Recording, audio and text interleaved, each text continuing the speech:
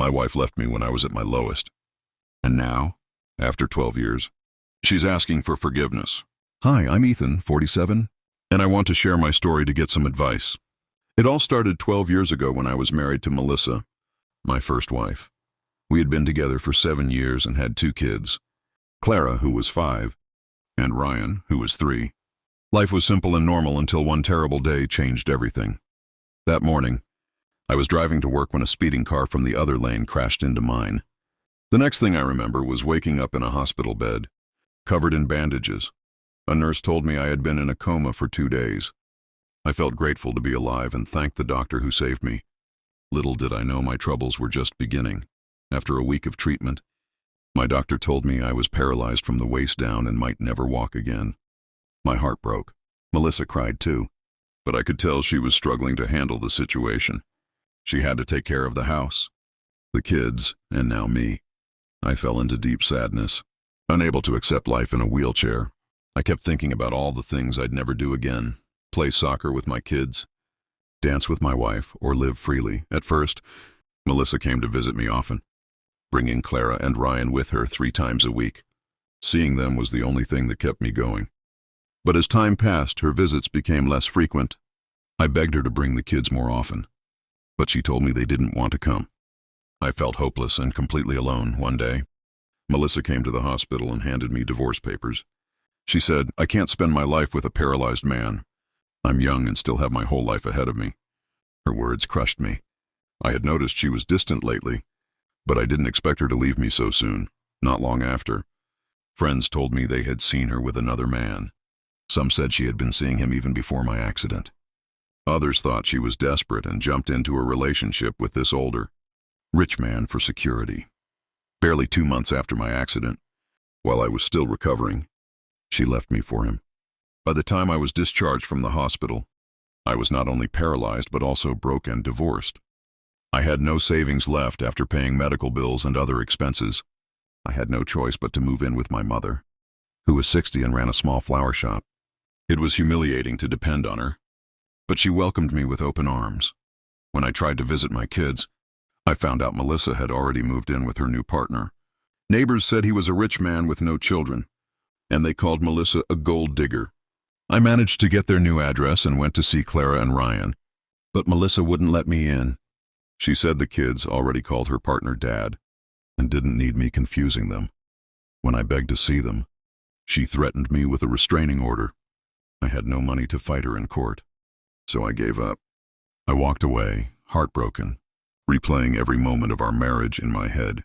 How could she replace me so quickly? But even as I cried, I made a promise to myself. I wouldn't stay defeated. I had to rebuild my life, for me and for my kids. After losing everything, I started putting the pieces of my life back together, but it wasn't easy.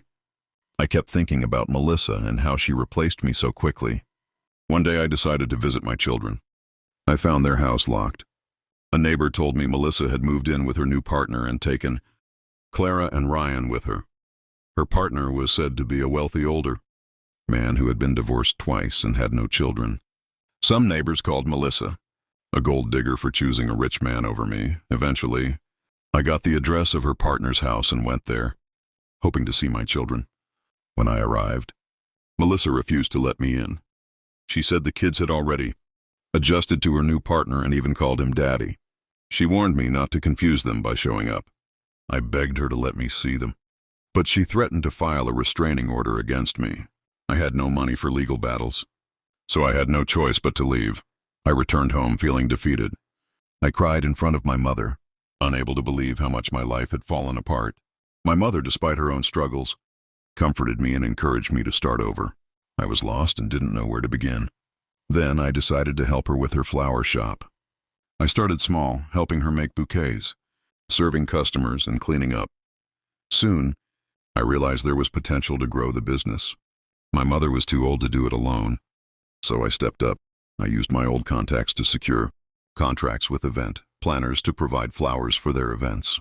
Over time, I built a small team, expanded into venue decorations, and eventually launched my own event management company. It took 12 years of hard work, but I finally rebuilt my life. My mother was my biggest supporter throughout this journey. She kept me motivated and never let me give up. A year after my accident, I learned that Melissa was leaving the city with Clara and Ryan to live with her partner. I rushed to their house to see them one last time, but they had already left. I tried reaching out to them several times after that, but Melissa always blocked my efforts. She even insulted me and warned me to stay away. Melissa had full custody of the children, and since I was physically and financially weak at the time, I couldn't fight for joint custody. I couldn't afford a lawyer to challenge her restraining order, while her wealthy partner supported her every move. I didn't know if her partner had been in her life before my accident or if she met him after. All I knew was that he had plenty of money and property. In the 12 years that followed, I tried every possible way to see Clara and Ryan whenever I got a lead about where they might be. I traveled to find them, but each time Melissa blocked me. She threatened legal action and used her partner's wealth and connections to make sure I couldn't get close to them. Surprisingly, her partner never married her, even after all these years. They lived together, but that was it. About a year ago, I finally felt financially stable enough to file for joint custody of my children. I presented my case in court, and to my relief, the judge granted me 15 days with Clara and Ryan. Melissa tried her best to block my request, but the judge overruled her objections. The court even asked my children if they wanted to meet me, and they said yes. I was overjoyed but also nervous. After 12 years, my kids were no longer little, they were teenagers. Clara was 17 and Ryan was 15. I didn't know what to expect. Would they be happy to see me? Would they be cold and distant? Would they believe all the lies Melissa had told them about me? I didn't know. All I could do was hope for the best and prepare to make the most of the time I had with them. The day finally came for me to meet my children after 12 long years. I was excited but extremely nervous. I went to the airport to pick them up. Clara, now 17, and Ryan, now 15, had grown into beautiful and confident teenagers. We greeted each other awkwardly. There was an undeniable tension in the air. On the drive home, I tried breaking the ice by asking them about their school life and the city they lived in. They gave short answers and avoided eye contact. They didn't mention their mother, and I decided not to bring her up either. Like most teens, they soon put on their earphones, leaving me to drive in silence. When we arrived home, they were surprised to see Rachel, my wife, and Lily, her daughter, waiting for them. Rachel welcomed them warmly and showed them to the guest room she had prepared. I noticed their shocked expressions. It seemed like they didn't expect me to have moved on and remarried. I couldn't understand why this surprised them, when their mother had been living with another man for years. Rachel had planned a lunch and an itinerary for the vacation we had organized for the family. Clara and Ryan gave neutral responses to everything. They neither seemed excited nor dismissed the plans outright. After lunch, they went to their room and locked themselves in. I felt uneasy but decided to give them space. Later, I got a call from Melissa. She accused me of tricking Clara and Ryan into coming to my house and claimed I was trying to manipulate them. Her words made me furious. She said I had hidden the fact that I was remarried, as if I needed her permission to move on.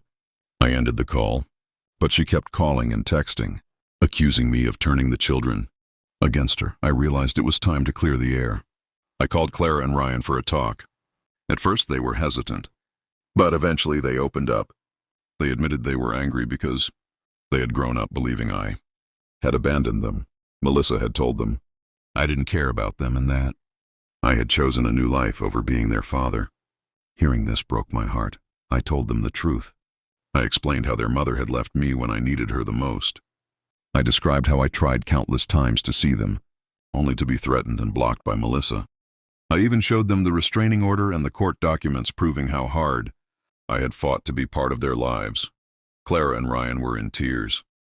Ryan admitted that once, years ago, he had tried to contact me on social media, but Melissa caught him. She manipulated him emotionally, making him promise never to reach out to me again. They also shared how Melissa's partner was cold and distant. Though he paid for their education, he never treated them like his own children. I hugged them tightly as we all cried together. It felt like years of pain and misunderstanding were finally being lifted. To my surprise, Clara and Ryan opened up to Rachel and Lily. During the week-long vacation we had planned, we went to Florida and had the best time. creating memories that felt long overdue. By the end of the trip, Clara and Ryan seemed happy and relaxed. They even posted photos of our trip on social media with the caption, "Happy Family." This didn't sit well with Melissa. She called Clara and Ryan and berated them for bonding with me and my family.